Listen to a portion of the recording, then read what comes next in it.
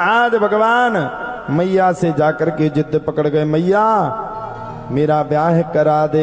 मैया बोली भैया इतनी छोटी उम्र में तेरा ब्याह कैसे कराऊंगी।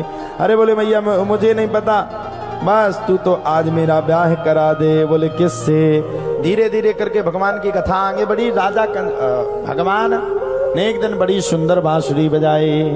शरद पूर्णिमा की रात्रि पे भगवान ने ऐसी बांसुरी बजाई, ऐसी बांसुरी बजाई कि बांसुरी की धुन को सुनकर के देवी और देवता भी थक लालायत हो गए। एक गोपी रात्रि के समय में सो रही थी, सोते सोते उठ करके बांसुरी की धुन को सुनकर के भगवान के पास चली गई।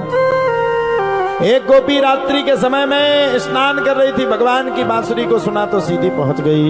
एक गोपी भोजन बना रही थी, जैसे भगवान की बांसुरी को सुना सीधे पहुंच गई। सभी गोपियां इकट्ठी हो गई। भगवान ने पूछा, अरे गोपियों किस प्रयोजन से यहाँ आई हो। अब भी भगवान गोपियों के मन की व्यथा को जानना चाहते। सबरी गोपियों ने हाथ जोड़ करके कहा, भगवान अब हम जीवन में कुछ पाने के लिए नहीं आए, अब तो गोविंद तुमसे ही मिलने के लिए और मिलाने के लिए आए हैं। सभी गोपियों ने भगवान से कहा। और वृंदावन में रास रचना था। वृंदावन के रास में पहुंचे जाए महेश, मिल सखियन के झुंड में धर गोपी को भेष। बोले बाबा भी गोपी का भेष धर के आ गए और वृंदावन में रास रचने लगा। बड़ा सुंदर भगवान ने गोपियों के साथ मिलकर के रास को रचाया। भगवान भूत पावन भोलेनाथ भी बड़े सुंदर प्रेम के साथ महान रास को रचा रहे हैं। रास रचो है, रास रचो है, जमुना किनारे कान्हा रास रचो है। सभी गोपियां भगवान के साथ मिलकर के महाराज को रचा रही।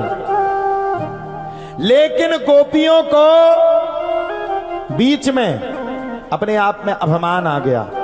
अरे हम तो कितनी बड़ी भाग्यशाली हैं, दुनिया को अपनी उंगली में नचाने वाले परमात्मा को हम गोपियां अपनी उंगली में नचा रही हैं। मैं आ गया। और भगवान ने कहा, किया अभिमान तो फिर मान नहीं पाएगा। अगर अभिमान से पाया, अगर अभिमान से पाया तो तुम मुझे पा ही नहीं सकते हो। आहा हा। जब गोपियों के इतने भावों को सुना तब तो भगवान तुरंत वहां से दौड़ लगा करके चले गए। जैसे ही भगवान दौड़ लगा करके चले गए, वैसे ही प्यारे कहा जाता है भगवान के जाने के बाद गोपियां जगह जगह पर भगवान के लिए तड़पना तैयार कर दी। हर जगह गोपियां भगवान के लिए तड़प रही हैं। तुलसी से पूछ रही हैं, अरे तुलसी क्या तूने मेरे भगवान को देखा। दूसरी कहती, अरे तुलसी नहीं बताएगी, ये तो सौतन है, हमसे चिढ़ती है और ये अंदर की बात नहीं बताएगी। तुलसी ने अंदर की बात बताने से इनकार कर दिया। सभी गोपियां दौड़ लगा लगा करके चली जा रही हैं, चली जा रही हैं, चली जा रही हैं। और जाते जाते जाते जाते जाते जाते जाते सब गोपियां इकट्ठे होकर के यमुना नदी के पास आ गए। अब यमुना से लड़ेंगे। अरे दूसरी बोली, ये भी तो सौतन है। अब बोले क्या करें। तब सबरी गोपियां एकाग्र चित्तकालीन में होकर के भगवान के लिए बड़ा सुंदर गोपियों ने गीत गाया, जिसका नाम पड़ा गोपी गीत। जयति तेधिकम जन्मना ब्रजहा श्रेयत इंदिरा शाश्वतत्र।